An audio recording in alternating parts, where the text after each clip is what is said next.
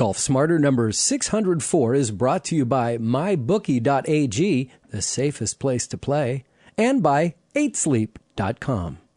Have you ever noticed how everyone complains about being tired?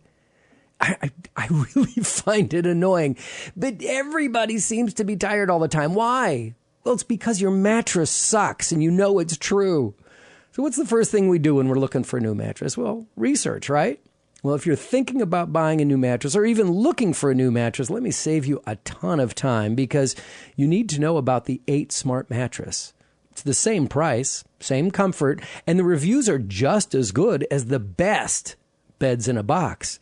But there's a big difference. The 8 Smart Mattress actually helps improve your sleep with cutting-edge technology features. Now, the 8 Smart Mattress comes with sleep tracking and other features like a smart alarm and something my wife is definitely going to love, and that is Wi-Fi-enabled bed warming. So at only $699, the 8 Smart Mattress is the best mattress deal you're going to find thanks to that added technology. And I promise you're going to get even more value than the other mattress companies offer because I'm going to sweeten this deal by getting you another $100 off of that $699 price. Now you're getting a better mattress, added technology, and you're paying less. Get the 8 Smart Mattress and sleep smarter. Yes, pun intended. So go to 8sleep.com/golfsmarter and use the code golfsmarter, one word, and you'll not only get free shipping and free returns, but you'll save an additional $100.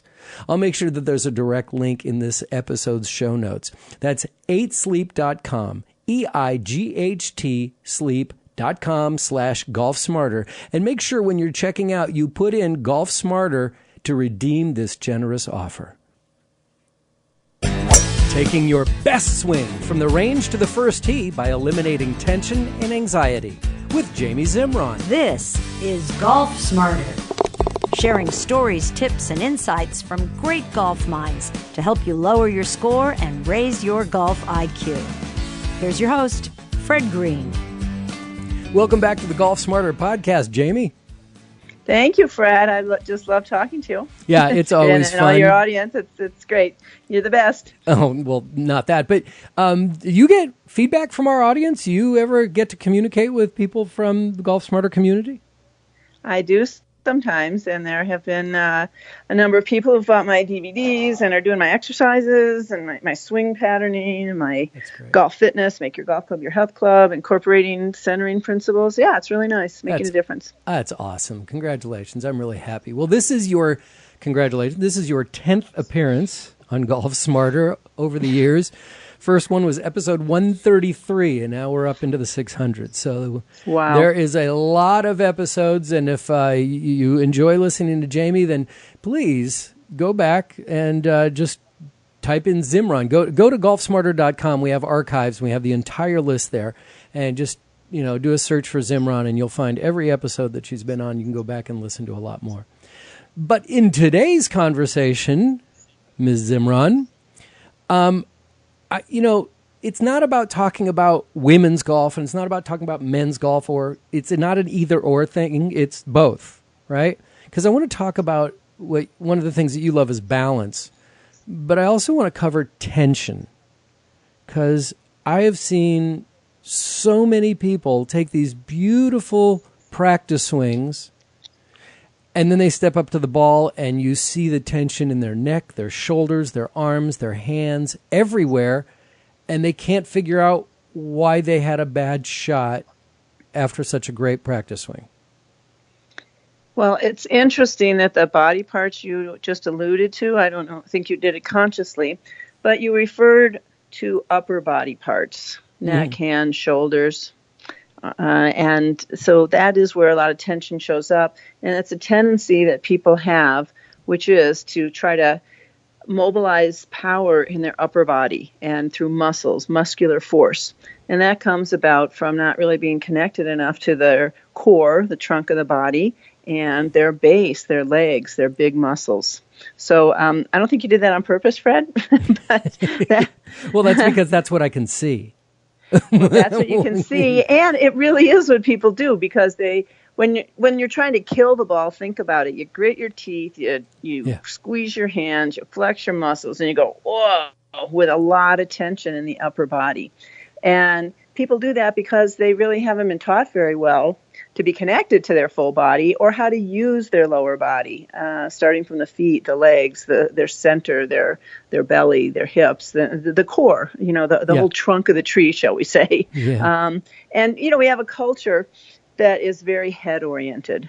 In fact, I talk to a lot of corporate and executive groups, and I'm laughing because, is that why we call it? Rap. Is that why we call it Golf Smarter? It's smarter, exactly. Well, listen, I'm going to give you my rap that I give them, which is that basically the body itself has a very bad rap and a bad rep.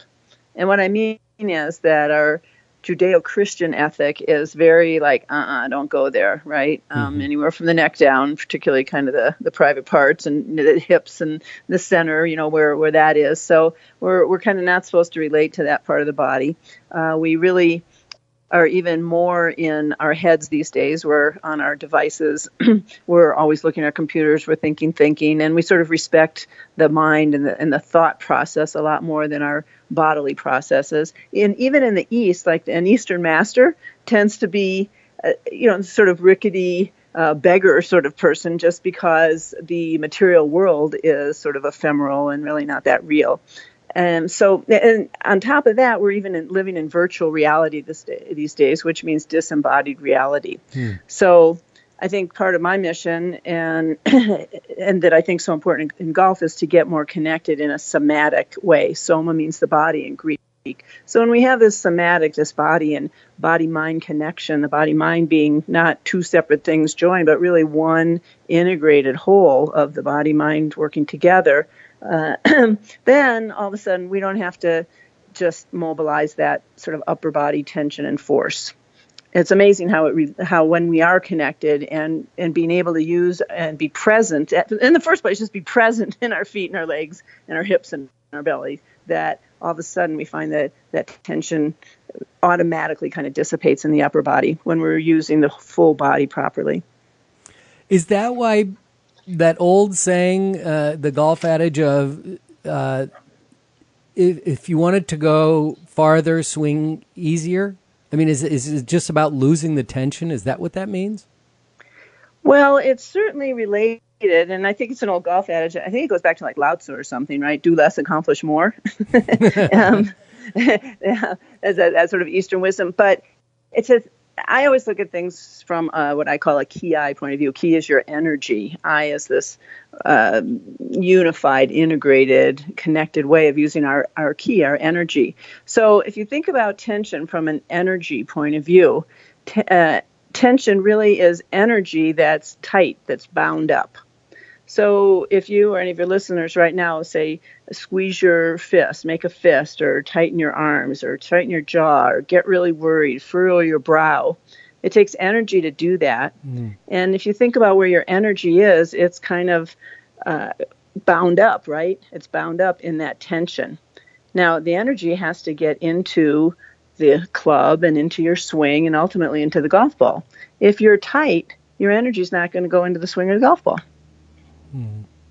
So the golf ball is not going to go. It's not going to go as far. It's not going to go as straight or properly as it ought to. We're not going to be able to deliver the energy from our body-mind system, the way we really need to when we have tension that's all bound up and not flowing through the club and through the swing and delivering into the golf ball. Does that make sense? Yeah, it does make sense. But it's like, sure, we can talk about that all day long, all those things, but then we step up to the ball and it's like, oh my God, I don't want to mess this up, and everything gets tight. How is what I want to really know. How do we lose all that tension? Okay, well, the first thing that I actually teach people is to what I call get centered, and that is to feel not just the upper body, but to be aware of the lower body. So we may even kind of bend over and do a tap our feet, tap our shins, tap our knees and our thighs, really tap our belly, feel the lower body. And we even say, this is my lower body, out loud. This is my lower body. People, it sounds so simple. I always kid them. This is my stand Phi Beta Kappa, Class A LPGA exercise. Tap your lower body and say, this is my lower body. I mean, we need that basic level of an awareness of our lower body. And then we tap the upper body parts. We go, this is my upper body. And we notice that our feet and our legs are in our lower body, and our head and our hands and our shoulders are in our upper body. We notice that the voice changes. It's like, this is my lower body. This is my upper body. So the upper body is supposed to be relaxed and loose and friendly and whip through the ball. And the lower body is supposed to give us stability and power. So we just start to make these connections and actually feel our feet and feel our legs, feel our belly. I like people to imagine that somebody just dropped a bowling ball right down their core, their body, the trunk of their body. It lands in your belly, and you have to kind of catch it in your lower belly or let it land there. All of a sudden you go, oh, and then your knees bend slightly. You feel your feet more solidly on the ground. You feel more balance in the feet and more heaviness. So these are just some really basic first exercises to get present and to feel the lower body. I could give some more direct instruction tips about how to use your feet and how your feet move through your hips and then ultimately through the upper body, because your shoulders don't just turn on their own. They turn on the bases of your feet and your hips. So there's a connection through the body. Jack Nicklaus even said that golf is played between the arches of your feet. Meaning that, this is, and I how thought many he said it people was think played that? between your your two ears. Played between your ears. A lot of people think it's just the real estate between your ears, but it's that little space between your feet. And actually, if you watch Jack, there's some pictures of him. He has this extreme pronation in his feet, and pronation means your feet kind of roll in a little bit. But if you look at, for example, a quarterback, height gets the football, backs up, and then kind of cocks the arm, and the back foot rolls, the instep of the foot rolls, and that starts to turn the knees and hips. It brings forward ultimately the shoulder, the elbow, the arm, and delivers the ball with all the power that comes up from the earth through the feet and then transfers. Same with a pitcher or a home run hitter or a tennis player, forehand, backhand. It's true in every sport. Golfers think that because we're standing there, we do something else. And they just stand there, like you say, kind of going like, what do I do? And so they just sort of tighten up in panic and go, wah! And how often try to hit it, rather than following that same pattern that's present in every sport, which is from the feet up. Yeah, well, there's so many different things that you're concerned about. I mean, use that word concern when you step up to the ball. That is, am I going to hit the ball? Am I going to top the ball? Am I, it's like, and then am I going to get enough power? Am I going to get to my target? What is my target? Is my target the ball, or is my target way out there that I'm not even looking at? Right? Oh my God, you've got me all tense and worried already. Listening to you. Yeah, exactly. And you just see and I got to it. tell you all those things. And you're right. That's kind of the inner psychological crazy self-talk that people do. But if you notice, first of all, it's kind of setting up for failure, not for success. Second of all, it's a lot of mental chatter and clutter. Third of all, it does make us tense, right? And fourth of all, the biggest thing is it distracts us from what we ought to really be thinking about. And I like to just personally put my awareness into my lower belly, that center point, that feeling of the heavy bowling ball, that connection to my feet. I like to have an inner sense of focus and an awareness of, what's my first move? How do I take my golf club away? And for me, actually, I'm right-handed. I do a little pressure on my left instep. It starts my hips turning, my shoulders turning. It gets my club set on a good path going backwards. Same thing's true on the way down. So that my back foot, that instep, starts the motion of the downswing, which is the same motion of the quarterback throwing downfield or a home run hit or whatever. But whatever your thought is, your attention really needs to be, I think, inside your own body and on exactly what you're doing. There's some really interesting work done by there's a man named Scott Ford. He's a tennis pro, and he's in Colorado, and I just spent a lot of time with him. And he's working has worked for years on the zone and past, present, and future. So, for example, it's really interesting. When we're looking at the ball, we're seeing the past because it takes, it's a very short amount of time, but it takes a little time for the mechanism of the eyes to see the ball and register through the brain and go, oh, there's a ball. So when whatever we're looking at, it's in a certain sense already in the past. Now, as we're addressing the ball, what's future? Backswing, downswing, hitting the ball, all that's in the future, in a sense, okay? Mm-hmm. But when we start to be in the zone is when we're in a place where the past and the present come together. The past and the future come together in the present, and that's where we need to be. And when we're present in our body and in the movements that we're making, then we start to be much more kind of in the zone instead of just looking at this ball, worrying about it. Now the worries are all future if you really think about it, yeah. And then we're not able to really be in the present, which is now in our bodies. Another argument for somatics, right? For being present in the body, the body. And as much as golf is a mental game, it's still a physical game. In fact, I wrote a nice article. It's on my website called "Golf is a Mental Game?" ? Because it's not only a mental game, but it's not only a physical game. I mean, it's kind of all of the above all at once. We haven't even talked about emotions. All that's going on, and we need to be inside our own body in a calm, grounded, centered, relaxed way. So relaxation would be the antidote, right, to tension that you brought up. And what's really interesting, that I come from an Aikido background, mm-hmm. and there was a great teacher. His name was Koichi Tohei Sensei. He's since passed away, but he was the first guy who wrote a book on Aikido and daily life. And back in the 40s and 50s in Japan, he actually worked with golfers and professional baseball players. And he, back then, was applying principles of Aikido to sports. So one of the things that Tohei Sensei said and did was to codify what he called the 4 principles of energy. 4 principles of ki that we all need to practice. So I'll tell them to you. And I'm taking notes. Take notes. I mean, they're simple. They're really interesting, okay? They're very, very instructive from like a very great master himself, okay? Mm-hmm. So here we go. The 4 principles of ki. 1 is keep centered. Keep one point, just below your navel and your belly and your hips, that sort of lower power center in the body. So, and that's a place where everything goes, even all your thoughts, all your worries, you go into your belly. And that will take you right out of your shoulders, tension in your shoulders and your hands and your mind, boom, because you're in your belly. Awesome. I always think the Buddha, who was enlightened, had a big belly. I don't think that was an accident. Okay, so keep centered. That's number 1. Number 2 is to relax completely. Relax completely. Ugh. So pretty important, yeah? Relax pretty completely. Hard. Relax completely. Stay with me.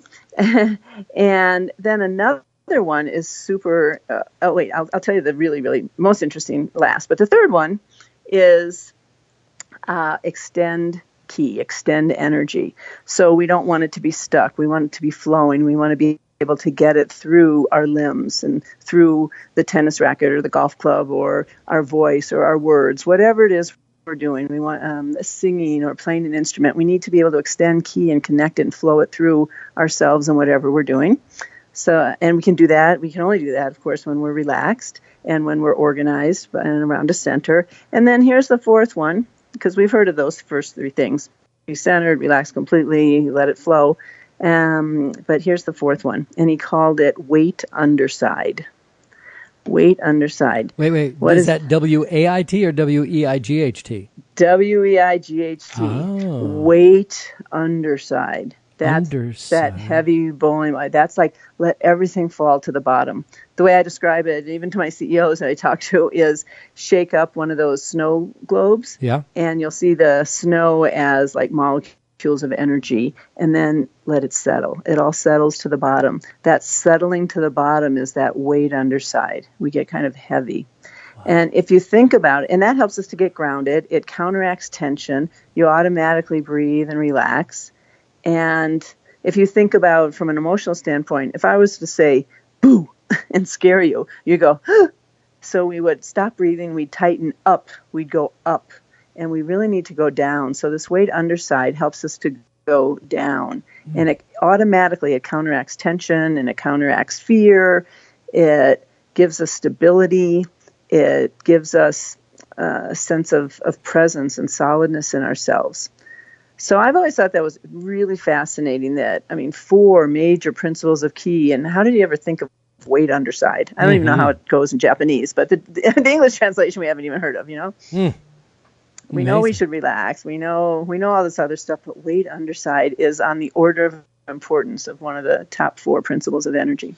And do you incorporate each of those principles with every golf shot you make?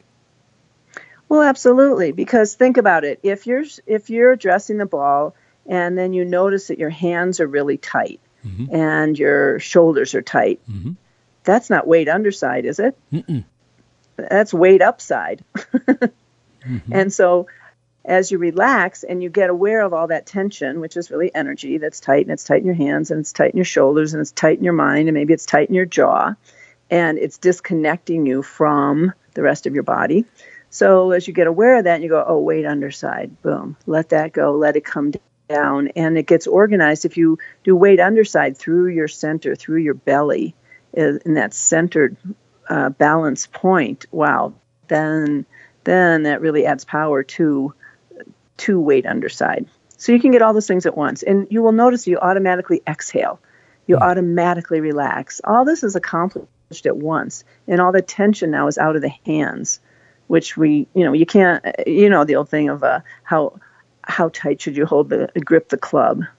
Right. Well, just enough to not kill a bird, right? Right. To hold it or break the egg, without dropping it, but don't break its bones and don't kill it. So it's pretty light, actually. But when you do weight underside and with a focus through your belly, and when I say with a focus, already what we've done is to take that distracted, worried chatter of your mind and focused it. And where's it focused? It's focused in our belly. It's focused in weight underside, which takes us down to our feet. It gets us grounded, gets us balanced, gets us relaxed all at once. I mean, this is huge. Yeah. Most people don't talk about this in, for example, your setup. I mean, we talk about posture, grip, alignment, and those are all important. They're hugely important, but they need to be done with these qualities of centeredness and balance and relaxation, that weight underside that makes us stable. So it's the qualities that we practice, and that gives us that mental focus through our body and connectedness in our body, which puts us in the present and in the place we really need to be, because our body needs to kind of do the right things, to when it swings the club. And I can see this happening while you're taking your practice swings. And I'm going to go, it's every shot, whether you're on the fairway or you're close and you're chipping or even off the tee. Take these practice swings, you incorporate these 4 principles, feeling great, you step up to the ball and everything changes. Would you advise that we then take a step away and just regroup, or just while you're standing there, let it go for that moment, get your thoughts away from the ball and the swing, and just kind of, what would you do, like close your eyes, visualize? Where in the process do you put that, and how, when we notice that we're not achieving that, how do we at that moment? What's the best way that you would advise to do that? Well, I've got 2 pieces of advice. The first one, and we're going to talk about the practice swing, the first tee and all that in a minute, but just to continue what we were talking about. So you make your practice swing and then you step up to the ball. It could be a putt. It could be a chip. It could be a drive. It really doesn't matter what the shot is, right? Right. And so I suggest incorporating these 4 principles of ki or ki golf right into your it's sort of your pre-shot routine, but it's really when you're over the ball. And so, for example, let's say it's a drive and you're kind of waggle, right? Waggle your club. And then it's like, after the waggle, there's a moment of stillness. And the club's on the ground. It's right behind the ball. There's a feeling for me of just sort of that weight underside, that heavy bowling ball, that I like to pull my hands in a little bit, my knees in a tiny bit towards the club. It sets me a little bit on the insteps of my feet. It organizes me around the golf club, which is really the center. We need to be organized, our left and our right, our lower upper body, everything's sort of organized, not just standing there, sticking the hands in the club out going, what do I do? But no, I'm organized, I've relaxed, I've exhaled. There's just a moment of quiet, of pure focus. So, and with that weight underside, the snow settles, the bowling ball, whatever, however you get there, a sense of, I can feel my feet, I can feel my legs. It's what some people refer to as an athletic stance. And, I hear that a lot, and you should have an athletic stance. And that athletic stance includes a lot of presence in the legs, the legs and the feet. And without a lot of tension in the upper body, a lot of presence. I mean, you're going to use your muscles. It's not like you're not using any muscles at all, but that's all on top of the foundation of the lower body. So you actually want to do this. Don't close your eyes. It's no way. You don't want to close your eyes. You want to be really present and be able to kind of have that. It's like an inner vision in a sense, but it's really I don't know how to describe it. For me, it's like a feeling vision. I can feel my body. Yeah. I can feel my feet. And I can feel my mind focused in my body. And that's where I think we need to be. We can't be worrying about what's going to happen. We can't be worrying about people watching us. We can't be worrying about our score. We can't be worrying about the lie, all the different things. The wind. I mean, that's out of the bunkers ahead. I mean, if we're thinking about all that and trying to swing, it's really tough. But, if we're getting really organized, centered, calm, balanced, at address, well, that's going to help an awful lot. That's going to make a really, really big difference. And by the way, that's where power comes from. That's where accuracy comes from. That's where consistency comes from. That's where control comes from. All the things we're striving for. This is the basis of all of that. And I don't think you can skip that. When people come in and say, I want to be more consistent, I've never heard an instructor say, can you relax? Can you relax? Can you get grounded? Can you get organized? Yeah. Can you center yourself? Where you are in space? Right. Exactly. Yeah. Can you center yourself? Can you lose the tension when you step up to the ball? If you want to be more consistent, why don't we start there instead of grip, position, alignment, blah, blah, blah, blah, blah. Because, I'm still a big believer that you can, there's ways of becoming a much better golfer, and I'm just referring to score at that point, without hitting 100 balls a day. Oh, absolutely. Or 200. I mean, there's a lot of tips and tricks that I've learned over the years of doing this that it's enabled me to become a better golfer, but I don't think I have a great golf swing. Mm-hmm. Yeah, exactly. It's not necessarily about that. Well, think about it a little differently. Think about a singer or even an opera singer who needs to have a big voice and a deep voice and a voice that carries, right? And so, it's not just what is singing technique? Interestingly, a lot of singing technique is about getting into your legs, your stance. It's about your belly. It's about being able, and your diaphragm, and being able to support your lungs. It's not just about cardio lungs, right? Yeah. And it's not just about carrying a tune or being able to, you need to have a good ear. You need to know what's on tune, what's on key, what the notes are, and all of that. But there's so much more to being a good singer, and it's all of this part that supports the voice. And what supports the voice? The legs, the diaphragm, the breath, and a focused relaxation, right? You need to relax and then focus it into the voice. And so, that's every bit as much of being a great singer as being able to carry the tune. Mm-hmm. Can you walk me through? One more thing. Yeah. One more thing about that. Think about a singer who is giving a performance and is really, really nervous. And the nervousness, again, fear, right? That puts us up. We tense up. We go into our upper body when we're in fear. Right, and your voice cracks. And your voice starts cracking, and it doesn't carry the same power. So, this shows up exactly in singing, and it's exactly what's happening to golfers. Maybe we can understand a little bit better if we think about it in a singer and go, oh my God, that's what's happened to me as a golfer. Can you can you walk me through your pre-shot routine? Sure. Well, you know, you're walking up the ball, you ought to be thinking about your shot a little bit. And, but once you've made your club selection, you've decided what your distance is and what's the lay of the land, and if you've got a short pin or a long pin, all these kinds of things, right? And then the actual physicality for me of the pre-shot routine is to walk it through here. I like to get my hands on my club, get my grip correct, okay, and connected really well to my club.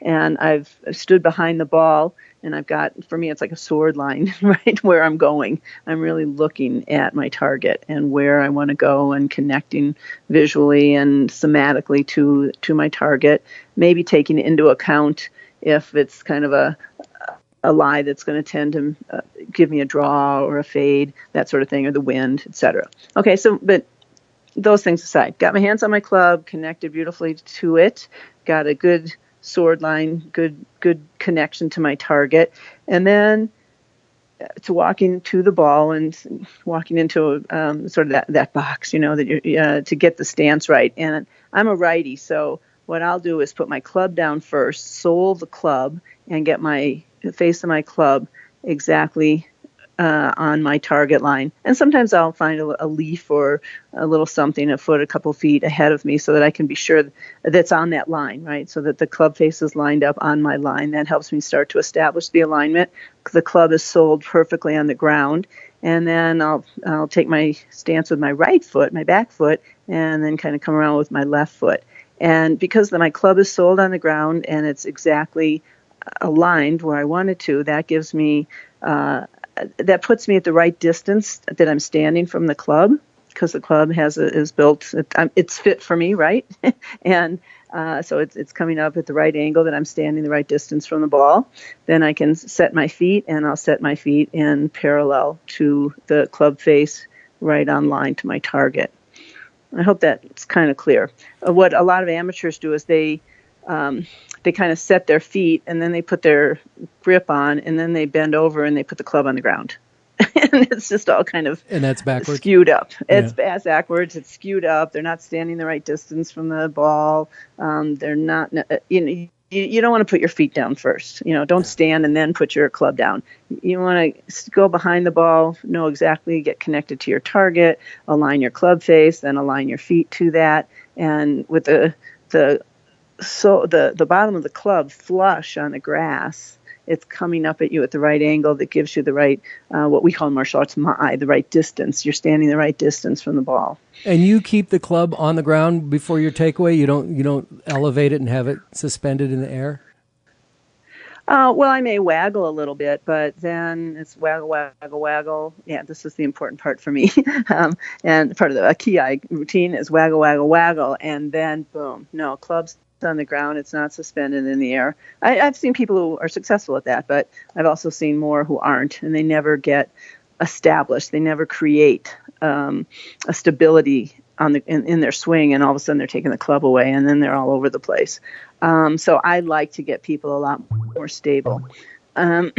So it's waggle, waggle, waggle, and then there's this moment where I just kind of completely close my hands around the club and pull my knees in a little bit. And that all happens together, hands, knees, feet, and it's all organized around my golf club because that's the center. It's a center line. It's right there to help me get organized. Mm-hmm. The club's on the ground, and there's a little exhale. And it's a moment of complete silence. That's what the Buddhists or the spiritual folks call the creative void. It's like nothing's happening. For a split moment there, it's like, boom, we're just already going, nothing's happening. And then then the creative void from which the next swing will begin to form itself. And there's kind of a natural inhale to bring the club up, yeah, and then down. And I mean, I have my mechanics that I like to teach people that honestly I can't even tell you, scores of people have thanked me. I always kid, they kiss my feet because I have them start from a little push on the left instep that starts to get this is if you're righty. If you're lefty, a little push on the right instep, turns your left hip, righties, just a little pressure. A left instep starts to turn the hip, and so you get a little turn in the lower body, a little bit more in the hips, and even more in the shoulder rotation. And so then you get this dynamic tension through the body, but it starts from the feet up. And same thing on the way down. We'll start with a little pressure on the right instep, which, again, that's just the way a tennis player makes a forehand, or a home run hitter, or a baseball pitcher, or a quarterback is going to deliver the ball and get all that energy from the body coming through the upper body, the shoulder, elbow, wrist, hand, ultimately the ball or the racket or whatever it is. I mean, honestly, we're doing a throw the ball sport, not a hit the ball sport, throw the ball sport. What? I was about to just wrap this up, and because like we've gone over our time, I was going to go, well, so give us your contact information. But what do you mean we're going to throw the ball sport? Watch your motion. Watch the motion. There's a little push from the back foot, back instep, and then that starts to transfer the weight to the forward foot and to turn the hips and to engage all the power of the hips. And then comes the shoulders, elbows, hands. Wow. Club or racket or whatever. It's like we're throwing the ball. In fact, we call it a little pitch shot. It's like a little pitch. You can really see it very clearly in a little pitch shot, but that's true. It's true in a driver swing. You can look at freeze frame photos of the touring pros. You'll see it. Wow. The actual body motion is like throwing a ball. Wow. And boy, do they go whoom after it. Yes, they do. Yeah. But Fred, before we end, I got to give you an answer to one other thing. Okay. It was part two, because you asked about it. And that is and people are always so mystified about the difference between their practice swing to the ball or the range to the golf course, correct? Mm-hmm. Or you were asking about first tee jitters. Now, all I can do is relay this. I can't say that I've mastered it myself, but I think it's a really good theory. Are you ready? I'm here. Okay. Well, I noticed through the years when I would train in Aikido and we would have these master senseis from Japan come, and they didn't speak a lot of English, and they would demonstrate all these techniques that just looked like a lot of pretzels and confusion and complication. And they would say, so you see, onaji, same. That was the one word. If they knew a word in English, it was that. Onaji, same. And they would say, so you see, it's all the same. It's all the same. Onaji, same. And I really have put a lot into trying to perceive what's the same. That all of this seeming complexity is really the same. And the principles of movement are the same. And what we're doing is really the same, even though it might seem different. And so if you take this principle of onaji, same, from practice swing to the balls in front of you, really the same, yeah? Why should that be any different? Why should we have different emotions or different thoughts just because the ball's there when it's really about just the same, make a swing? Or isn't it to the first tee? Yeah, it's just because all of a sudden the results are irrelevant. Well, yeah, I mean, you're thinking in the future. This is worth $5 or $50, yeah, or this is for the championship. All of a sudden, I can't do a 2-foot putt. Yeah, but that's what I'm saying. I haven't mastered it. I don't know who really has, but I think it's a great theory. And when I really have tried to practice it and have succeeded for a moment or in a situation, it's like, wow, that worked. Wow. Same. Stay the same. Wow. We shouldn't be battered about by outer circumstances, outer factors. So mastery is this inner mastery that we're able to retain our centered, calm, relaxed, balanced focus, rhythmic, in tune, timing, rhythm, positivity, no matter what the golf course or life ultimately is throwing at us. So I think it's really a good theory. I think it's a lifelong practice. I think we'd be enlightened if we could really do it all the time. But I would challenge you. I challenge myself all the time. I challenge my students with a really interesting practice, which is to say to yourself, same. And because you train yourself with a routine that lets you be, practice weight underside, centerness, whatever, breathe, relax, focus, organize, that you've practiced all that, you ingrain that in, it gets easier to be same from practice swing to the ball or from doesn't matter to it does matter. How do people get in touch with you or find you on the web? They can find me at kiaigolf.com, kiaigolf.com. They can also phone me at 760-484-5885. 760-492-4653. 760-492-GOLF. And they will find me, and I will get messages. You can say I'm kind of talkative, so don't be shy about giving me a call, or go to my website, or just write to me at Jamie, Jamie, at KeyEyeGolf.com. Awesome. Thank you, Jamie Zimron. It's always welcome, not only is it fun for me to talk to you, I learn so much, and I just get excited about wanting to go back out and try to employ it. That's great. Excellent. Well, that's the best I can hope for. Excellent. Thanks, Fred. All right. All right, Jamie. So great. And again, I want to remind everyone, there's 9 other episodes that Jamie's been on. If that tapped into you at all, you've got to go listen to these other episodes as well. Just go back into the archives. Jamie, thanks so much. We'll talk to you soon. Oh, thank you, Fred. Bye-bye. Hey, now the football season is in full swing. Where do you go to bet on your favorite teams? Well, let me tell you that where you're betting is just as important as who you're betting on. That's why my buddies whom I trust on these matters tell me to go to mybookie.ag. Did you know that they do 100% cash bonuses? So right off the bat, you're making money for doing nothing.